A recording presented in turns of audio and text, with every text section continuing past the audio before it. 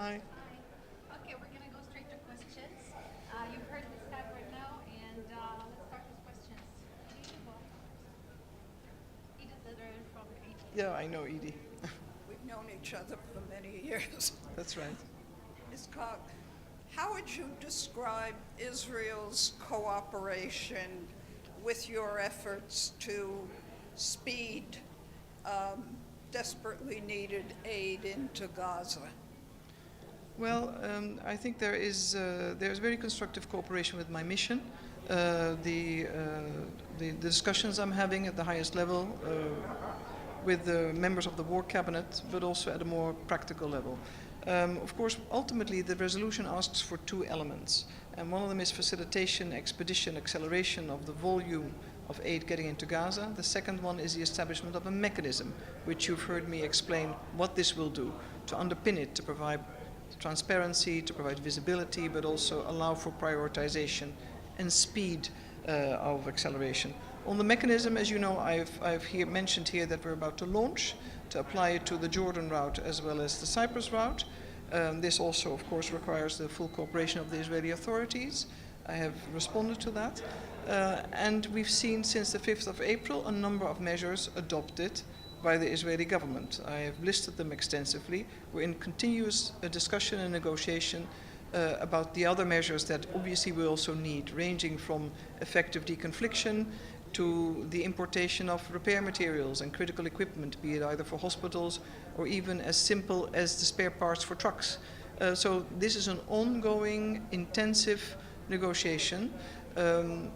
What I'm calling for is a paradigm shift in the diversification of the types of goods, continue to increase the volume because the totality of needs of the civilian population is so significant that a lot more is needed. Equally so, the ability for the UN family, but also the NGOs, international and national NGOs, to distribute effectively. And that, of course, needs a broad range of solutions, from the repair of the roads to actually deconfliction, as I just mentioned, but also the ability to operate safely and securely. It pertains to checkpoints, it pertains to crossings. There's still a lot of work to be done.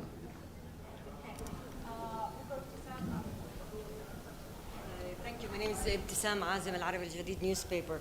I have first follow-up on the issue of mechanism that you talked about.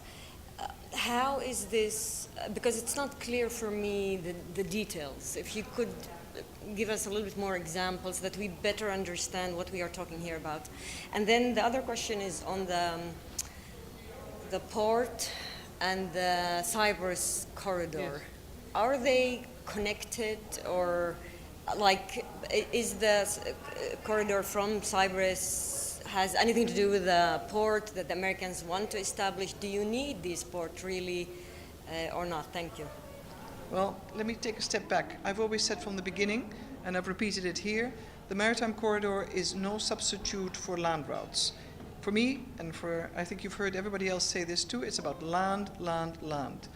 It's quicker, it's cost efficient, it's easier, and that was, of course, the situation before the 7th of October. So we need to continue to focus all efforts on the land routes.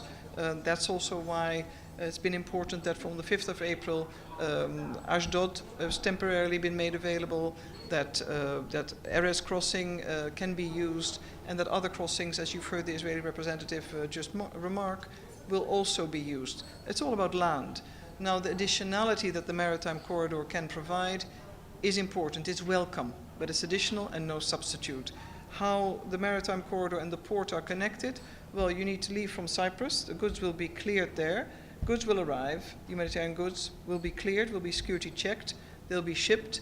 And then there's a pier that's currently pier/port being constructed by the US, where the goods will be received, so to speak, and distributed, will be received and distributed by the international community across the entire Gaza Strip.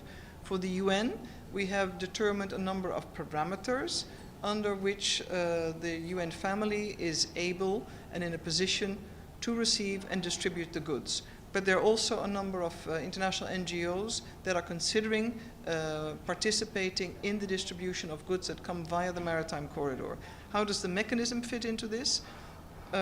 It's the Security Council that said, let's have a mechanism. So we've built a database in which you inform you're a member state or an organization of goods category X coming.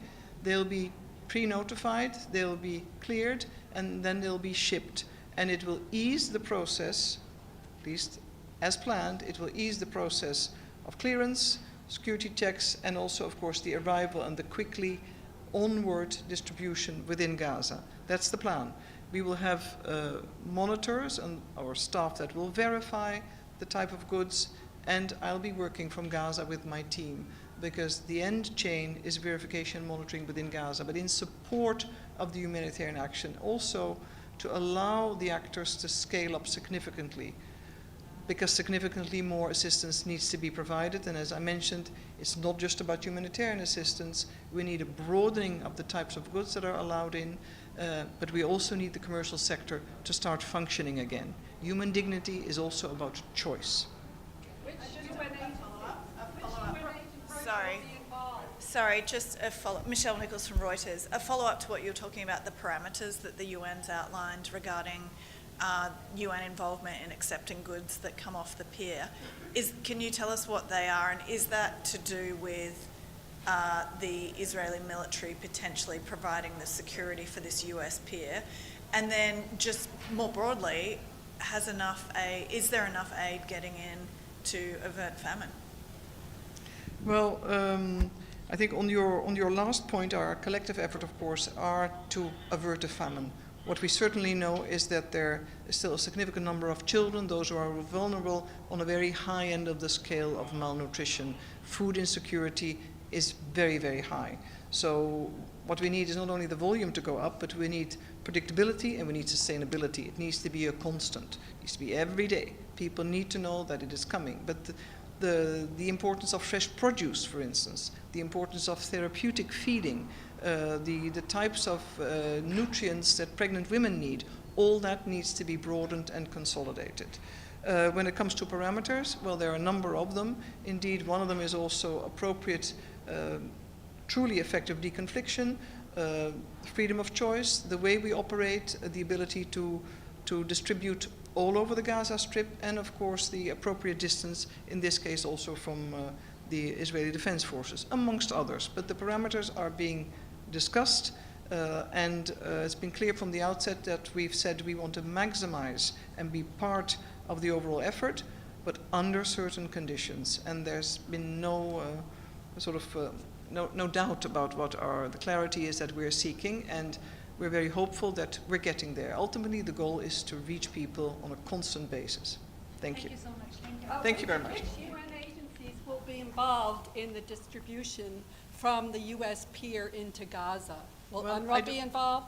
I beg your pardon? Will UNRWA be involved? In my statement, I've explicitly said the entire UN family. Thank you.